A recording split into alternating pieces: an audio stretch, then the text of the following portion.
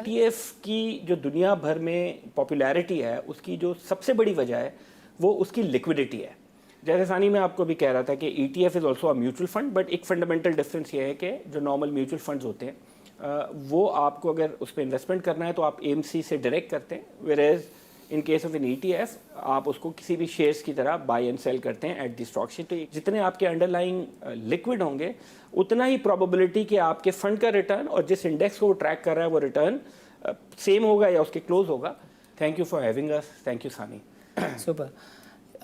ہم نے پہلے سیگمنٹ میں آپ کے CEO سے جو بات چیت کی اس میں ہم نے اکانومی, مارکیٹ اور انفیکٹ UBL میں انہیں کس طرح کے چیلنجز کا سامنا کرنا پڑا ہمارا اس طرح کا ڈسکشن تھا. انہوں نے ہمیں بتایا کہ ETFs کے بارے میں UBL ٹو کا سپر انیشیٹو. تو آپ بتائیں گے کہ ان جنرل ETFs ایکچولی ہیں کیا؟ بیسکلی دیکھیے we were the first ones, joint first تھے ہم نے پاکستان کے پہلے ETF جو 2 لانچ ہوئے اس میں we were one of them. آسانی آپ ریکال کریں گے, I mean with your previous employer ہم 2006 آنورڈز ہم نے ETF we worked on ETF اور بہت ساری چیزیں کی, but finally it took us about 15 years to launch ETF. So ETF is basically it's a mutual fund, but it's unique in a way کہ یہ ٹریڈ ہوتا ہے اسٹاک ایکسچینج میں, وچ مینس کہ ایک جو ٹپکل میوچل فنڈز ہوتا ہے جن سے ہم واقف ہیں اس میں اگر آپ نے انویسٹمنٹ کرنی ہے یا پیسے وڈرا کرنے ہیں تو وہ آپ جو فنڈ مینیجر ہے اس سے یہ ٹرانزیکشنز کرتے ہیں. ویئرز ETF جو ہے it's a product, it's a mutual fund that is traded at the stock exchange, اور اگر آپ کو ایز اے ریٹیل انویسٹر اس کو بائی یا سیل کرنا ہے تو آپ اس کو اسٹاک ایکسچینج کی پہ کرتے ہیں. I repeat that. تو آپ اس کو اسٹاک ایکسچینج پہ کرتے ہیں ایگزیکٹلی اسی طریقے سے جس طریقے سے آپ کسی شیئرس کو بائی اینڈ سیل کرتے ہیں. تو exactly it's traded like the way the shares are traded. So ETF is a mutual fund unit which is traded on the stock exchange. That's right. Super. یہ جو بات ذیشان بتا رہے تھے کہ ریڈمپشن 2008 میں سب کو یاد ہے ونڈوز بند ہو گئی تھیں اور لوگوں کو پیسے نہیں ملے تھے. ETF میں اس طرح کا مسئلہ ہے؟ ETF کی جو دنیا بھر میں پاپولیرٹی ہے اس کی جو سب سے بڑی وجہ ہے وہ اس کی لیکوڈیٹی ہے.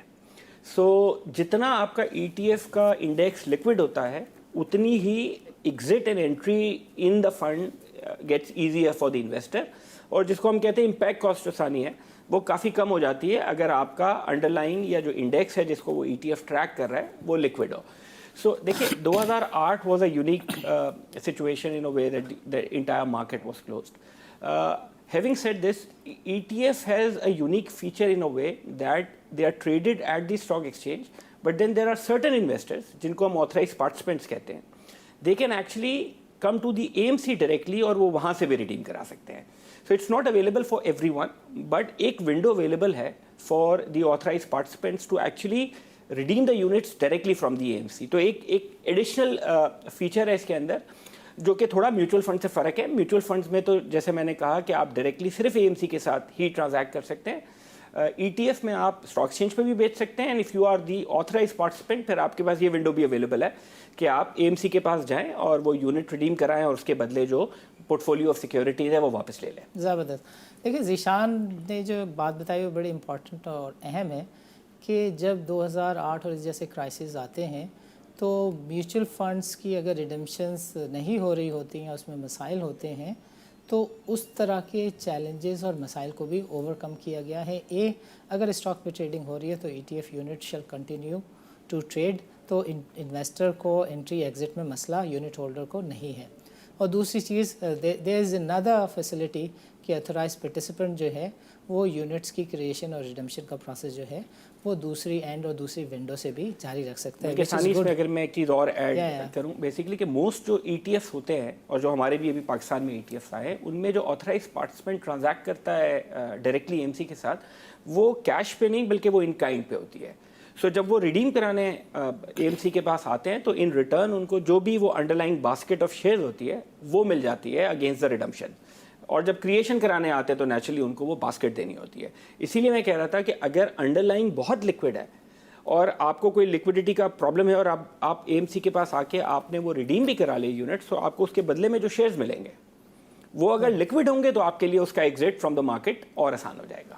سو بیکاز یہ ان کائنڈ ٹرانزیکشن ہے इसका कोई टैक्स बेनिफिट भी होता है बिकॉज पैसे की तो लेन देन नहीं होती? जी, सो ये अभी एज वी स्पीक तो उसका कैपिटल गेन्स टैक्स का वही ट्रीटमेंट है जो किसी तरीके से जिस तरह शेयर्स का होता है.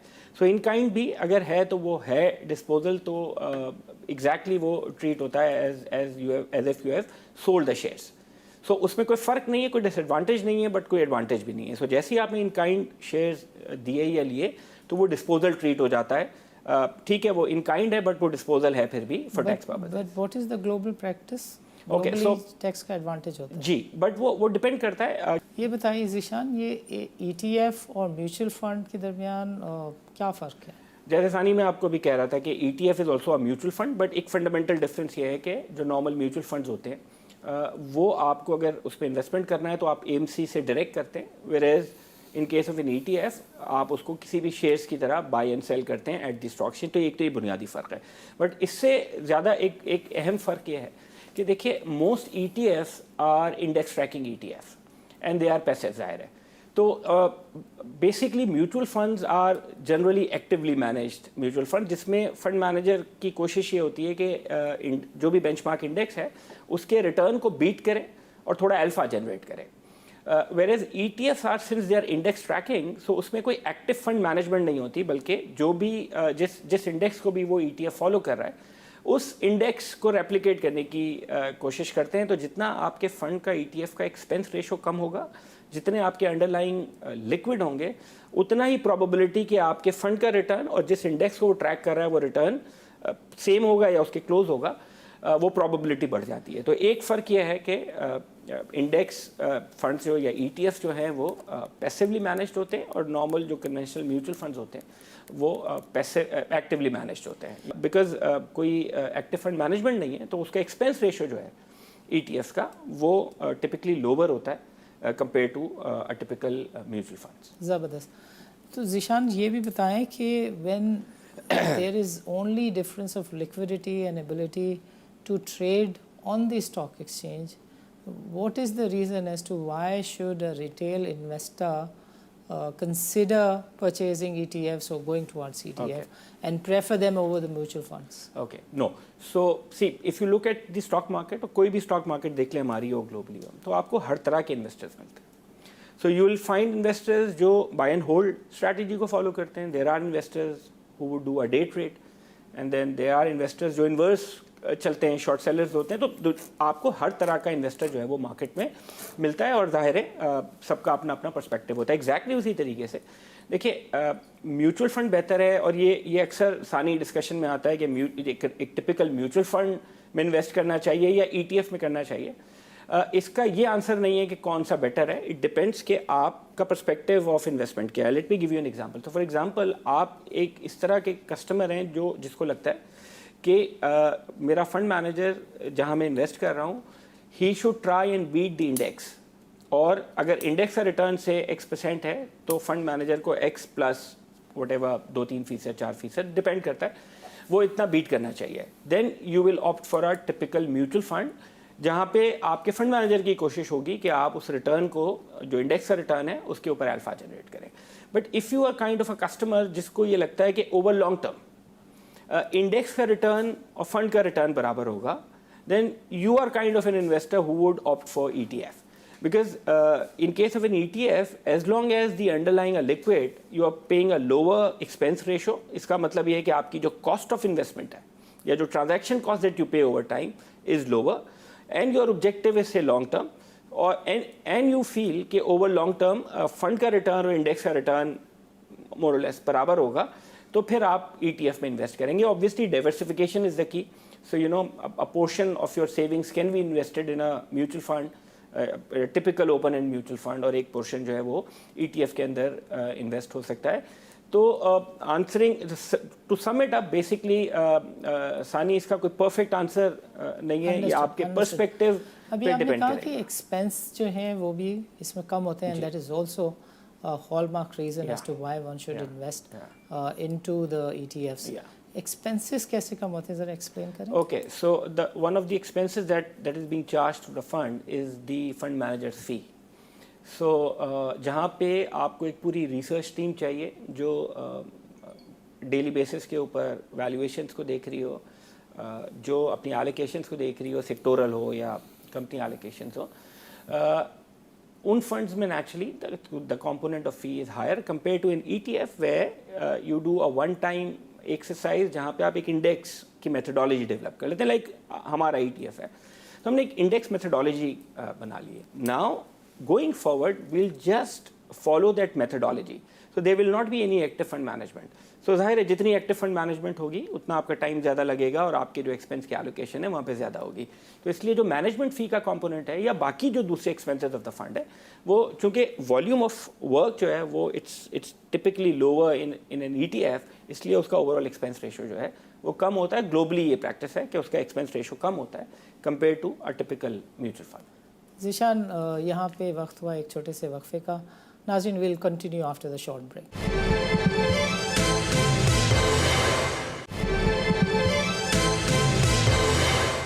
वेलकम बैक नाज़रीन. नाज़रीन, प्रोग्राम के पिछले सेगमेंट में हमने बातचीत की ज़ीशान से, जो कि हेड ऑफ़ बिज़नेस डेवलपमेंट है UBL फंड मैनेजमेंट के, और इनसे हमने जाना कि जो इनका ETF है उसने जनरली किस तरह से लोगों को फैसिलिटेट किया, ETFs इन जनरल होते क्या हैं, ETF में लोग क्यों जाएं, हमने ये वाली बातें डिस्कस की.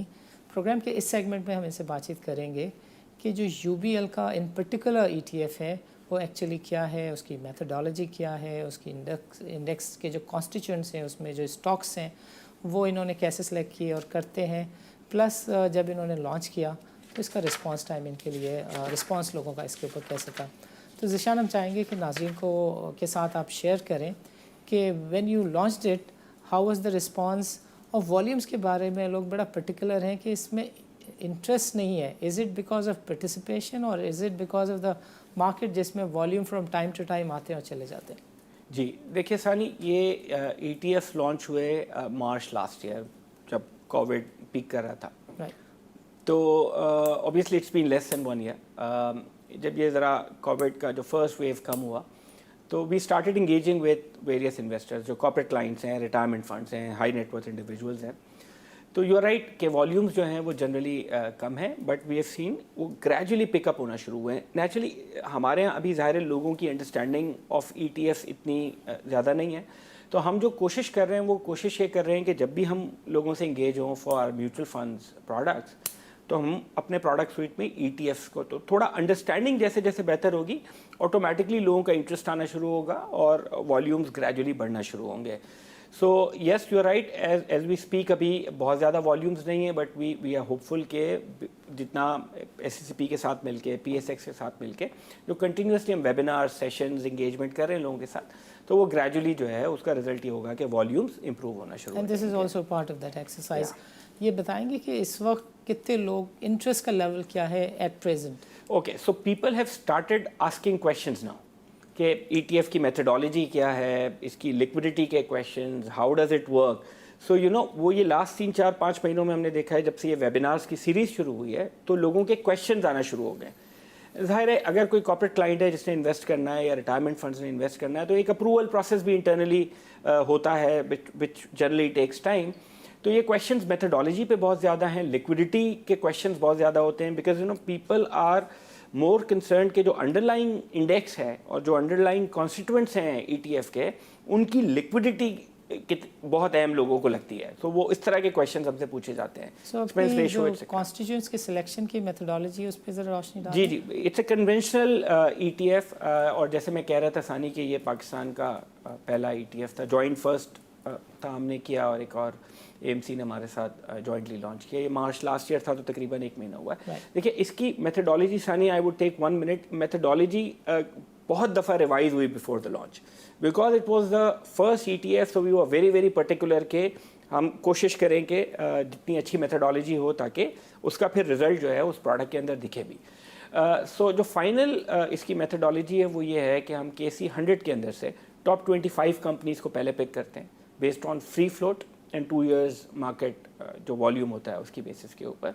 आउट ऑफ दैट 25 वॉल्यूम लेते हैं या वैल्यू लेते हैं? दोनों लेते हैं, वैल्यू लेते हैं. तो मैं इसको रिपीट कर दूं अगर आप कहें तो. हम टॉप 25 कंपनी सानी पिक करते हैं बेस्ड ऑन फ्री फ्लोट और जो लास्ट 2 ईयर्स की टॉप वैल्यू ट्रेडेड की कंपनीज होती हैं टॉप, उनको लेके, और आउट ऑफ द 25 स्टॉक्स हम टॉप 9 स्टॉक्स जो हैं वो सेलेक्ट कर लेते हैं। जब हम ये प्रोडक्ट कर रहे थे और जब ये मेथोडोलॉजी बना रहे थे तो हमारा ख्याल ये था कि देखिए एक इसमें फॉरेन इन्वेस्टर्स का भी एक इंटरेस्ट इवेंचुअली होगा, तो हमने इस 9 स्टॉक्स में से कमोडिटीज़ को एक्सक्लूड कर दिया। So these are basically Pakistani businesses ex oil basically. So top 9 businesses आ गए पाकिस्तान के in terms of the methodology, including banking sector. जी, including the banking sector. And then थोड़ा हमने इसको डाइवर्सिफिकेशन के लिए ये किया कि मैक्सिमम एलोकेशन किसी एक कॉन्स्टिट्यूएंट की 16% पे कैप कर दी, और जो मिनिमम एलोकेशन है दैट इज़ 3.5%।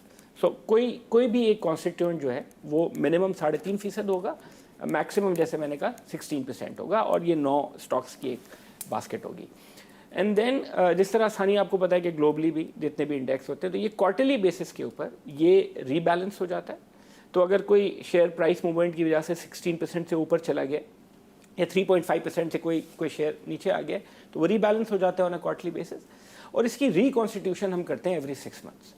सो हर 6 महीने के बाद इसी मेथोडोलॉजी को रीरन करते हैं, और जो भी एडिशंस और उसके अंदर डिलीशंस होती हैं इंडेक्स के अंदर वो हो जाती हैं। But the fundamental principle remains the same कि वो जो हम टॉप 25 कंपनीज जिस बेसिस पे निकालेंगे that would be unchanged. The maximum companies और constituents would be 9, maximum allocation to a share would be 16%, और जो मिनिमम होगी वो 3.5% होगी इसके अंदर, और उसके अंदर ये 9 कंपनीज जैसे मैंने की वो होंगी। Consists of how many constituents? So 9 stocks. 9 stocks. Ji. So you pick up out of top 25, top 9 on the basis of value traded. Ji. Super.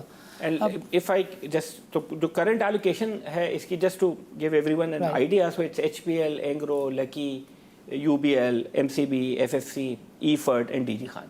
So ये 9 stocks हैं अभी currently. बट जैसे मैंने कहा कि हर 6 महीने के बाद रिकॉन्स्टिट्यूशन होती है, तो इसमें कुछ एडिशंस भी हो सकती हैं, कुछ शेयर्स निकल सकते हैं। राइट, तो इस बास्केट की पिछले 2-3 साल की परफॉर्मेंस बताएं क्या जी। क्या थी? तो जनरली होता ये कि जब हम अपने म्यूचुअल फंड्स को भी देखते हैं तो क्लाइंट्स का जो जनरली होता है वो KC 100 को एज बेंचमार्क लेते हैं। तो दिसंबर 17 से हमारे पास मेरे पास नंबर है इस वक्त, तो तकरीबन कोई 4% से 4.7% टू बी एग्जैक्ट से आउट परफॉर्म किया है इस इंडेक्स ने KC 100 को। And what has been KC 100 index average performance during this time? Sani देखिए, जो नॉर्मल म्यूचुअल फंड्स जिनकी हम बहुत दफ़ा बात करते हैं उनकी जो NAV या जो प्राइसिंग होती है, विच मीन्स कि जिस प्राइस पे एक इन्वेस्टर ने इन्वेस्ट करना है या जिस प्राइस पे उन्होंने एग्जिट करना है, वो डे एंड की प्राइस होती है। तो फंड के पास जितने भी एसेट्स होते हैं उनकी डे एंड की जो क्लोजिंग फेयर वैल्यू होती है उसकी बेसिस के ऊपर NAV निकलती है। ETF बिकॉज वो ट्रेड होता है throughout the day at the stock exchange, तो उसमें कॉन्सेप्ट है INAV which is indicative net asset value.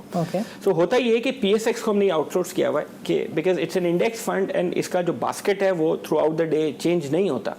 तो थ्रू आउट द डे जैसे जैसे अंडरलाइंग कॉन्स्टिट्यूएंट्स की प्राइस चेंज होती है, ETF की INAV चेंज होती रहती है। राइट, आप मुझे बताएंगे कि कोई मार्केटिंग के लिए, अवेयरनेस के लिए UBL का प्लान हो in order to expand the reach out? Ji, so what we are doing is there is a series of webinar that are taking place. इसमें कुछ हमने SEC के साथ भी किए हैं, कुछ हमने PSX के साथ किए हैं। आगे भी हमारा प्लान ये है कि जैसे आपने ये बहुत इंपॉर्टेंट प्रोडक्ट है हमारी मार्केट के लिए, और आपको पता है बहुत सालों से कोशिश भी हो रही थी कि हम ETF लॉन्च करें पाकिस्तान में। तो ये सारी जो चीज़ें हैं ये इवेंचुअली हेल्प करेंगी इन्वेस्टर की अंडरस्टैंडिंग को इम्प्रूव करने में। जैसे मैं कह रहा था सानिया आपको कि जब हम when we go and engage with the clients, तो उनको जहां हम अपने दूसरे प्रोडक्ट्स दिखाते हैं वहाँ पे हम अपना ETF भी लोगों को बता रहे होते हैं। We'll continue to do webinars, Facebook पे हमें बड़ा इंटरेस्ट मिलता है, और वीडियोज़ हम करते रहेंगे इसकी।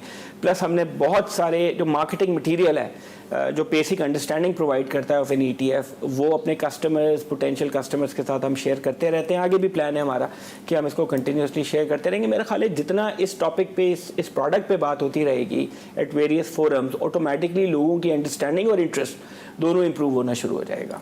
ज़ीशान, ये रिसेंटली PSX ने एक चेंजेस सजेस्ट की हैं in the exchange traded funds regulation के क्लोजिंग प्राइस जब ना निकल सके तो वो एक फार्मूले से चेंज कर दी जाए, ये can you explain this to? जी। सो देखिए, क्लोजिंग प्राइस अगर ना निकल सके, और उसका जो सबसे अहम फैक्टर होगा सानी, वो होगा कि ETF जिस इंडेक्स को ट्रैक कर रहा है या जो उसके अंडरलाइंग कॉन्स्टिट्यूएंट्स हैं उनकी लिक्विडिटी का क्या सिचुएशन है। तो एज लॉन्ग एज अगर आपका इंडेक्स बड़ा केयरफुली सिलेक्टेड है और आपकी methodology by and large liquid shares को डिटर्मिन करती है, तो ऑटोमेटिकली प्रॉब्लम जो है वो, so as far as UBL ETF is concern, हमारा अपना एक ख्याल है कि हमारे जो 9 कॉन्स्टिट्यूएंट्स हैं वो जिस बेसिस पे डिटर्मिन हो रहे हैं वो बहुत ज़्यादा लिक्विड हैं, तो शायद वो सिचुएशन हमारे केस में शायद रेलिवेंट नहीं होगी। ज़ीशान, आपका प्रोग्राम के लिए वक्त निकालने का बहुत बहुत शुक्रिया। नाज़रीन, आज के प्रोग्राम में हमारे साथ शरीक गुफ्तगू रहे यासिर कादरी, जो कि UBL फंड्स के सरबराह हैं, और इनसे हमने इकॉनमी इन जनरल उस पर बातचीत की। UBL ने ETF का इनिशिएटिव लिया है, उसके ऊपर भी हमने बातचीत की। इन्होंने बताया कि कुछ इश्यूज़ हैं ETF रिलेटेड जिनको रेगुलेटर्स एड्रेस करने की कोशिशों में मशगूल हैं। On the side of economy he mentioned कि चीज़ें अगर बेहतर रहती हैं, IMF से डील हो जाती है, सेनेट के इलेक्शंस हो जाते हैं, तो जो ब्रोकर्स की आवाज़ है कि 55,000 का लेवल ब्रेक हो जाएगा, और उन्होंने उन आवाज़ों को ज्वाइन किया। एंड ही थॉट कि बाज़ार 55,000 के लेवल को ब्रेक कर सकती है, बल्कि टेक्निकली ही ट्राइड सेइंग कि ये शायद 70,000 के लेवल को भी क्रॉस कर जाए, बिकॉज मार्केट की रीवैल्यूएशन को कुछ लोग इसी तरह से इंटरप्रेट करते हैं। So he was all kind of positive and bullish about the market. Exchange traded fund के लिए what his business development head said was कि इसकी अवेयरनेस और इसमें कुछ बेसिक चीज़ें हैं जिसको एड्रेस करने की कोशिश की जा रही है, वेबिनार्स हो रहे हैं, और लोगों को इस तरफ राग़िब करने के लिए हम जहद कोशिशें एक्सचेंज भी कर रहा है, रेगुलेटर भी कर रहे हैं, और जो ETF जिन AMCs ने लॉन्च किए हैं वो भी कोशिश कर रहे हैं। लेकिन सारी दुनिया में जो बेसिक क्राइटेरिया है, या पाकिस्तान में जिस लिए ETF लॉन्च किए गए थे, उनका मकसद ये था कि with in ready market arbitrage की अपॉर्चुनिटी प्रोवाइड की जाए। जो रेडी और फ्यूचर आर्बिट्राज में हमारी मार्केट लॉक्ड इन है। एक से ज़्यादा डॉक्यूमेंटेड रिपोर्ट्स में लिखा हुआ है कि टाइम एंड अगेन क्राइसिस की वजह सिर्फ़ और सिर्फ ये रेडी फ्यूचर का टिपिकल साइकिल है, जिसका जवाब किसी के पास नहीं है, लेकिन चूँकि इसमें पैसे हैं तो सब लोगों को डिक्टेट भी किया जाता है और सब लोग इस डिक्टेशन को खुशी से कबूल भी करते हैं। SECP की वेबसाइट पे मौजूद अपना कैपिटल डेवलपमेंट प्लान जो है वो लेवरेज को ठीक करने के लिए चीज़ों की निशानदेही भी करता है, और बताता भी है कि हर दूसरे तीसरे साल कोई ना कोई ब्रोकर डिफ़ॉल्ट होता है, यानी आपकी कस्टडी के पैसे और शेयर्स लेके भाग जाता है। But coming back to the point of exchange traded funds, we have launched it. There is no liquidity in it. दुनिया में अगर exchange traded funds लॉन्च होते हैं वो सिर्फ लिक्विडिटी पर, लिक्विडिटी के नाम पर और लिक्विडिटी के लिए होते हैं। पाकिस्तान में कहा जा रहा है PSX के एक लेटर के मुताबिक कुछ ETFs, चूँकि ETFs में काम नहीं होता, तो एक फार्मूले के ज़रिए उसकी प्राइस को कैलकुलेट कर दिया जाए। म्यूचुअल फंड्स के जो यूनिट्स हैं वो एक्सचेंज पर जो ट्रेड हो रहे होते हैं, जो फंड्स ट्रेड हो रहे होते हैं, एक्सचेंज ट्रेडेड फंड्स कहा जाता है। जो चीज़ एक्सचेंज पे ट्रेड होती है उसकी क्लोजिंग प्राइस होती है। अगर एक्सचेंज पे कोई चीज़ ट्रेड नहीं हो रही तो उसको एक्सचेंज ट्रेडेड नहीं, नॉन एक्सचेंज ट्रेडेड फंड कहना मुनासिब रहेगा। एक्सचेंज ट्रेडेड फंड की जो मार्केट प्राइस है वो मार्केट के पार्टिसिपेंट लेकर आते हैं, डिमांड एंड सप्लाई का साइकिल लेकर आता है। अगर आप इसको मसनूई तरीके से ला रहे हैं और फिर आपके दिल में है कि इसके MTS और MFS के इसमें ड्रामे भी हो जाएं, तो फिर मेरा ख्याल है कि this is an agenda and this would definitely be looked into by some investigators in the future, because इससे लिक्विडिटी तो बाज़ार में नहीं आनी। लेकिन बाज़ार में फ्रैंकली इतना बड़ा इशू है नहीं, क्योंकि हमें तो हर 2 बिलियन के काइंड ऑफ ओपन इंटरेस्ट के ऊपर 1000 पॉइंट मार्केट बढ़ रही है, और इस वक्त शायद ख्वाहिश साहिबान की यही है कि बाज़ार नया इंडेक्स का लेवल दिखा दे।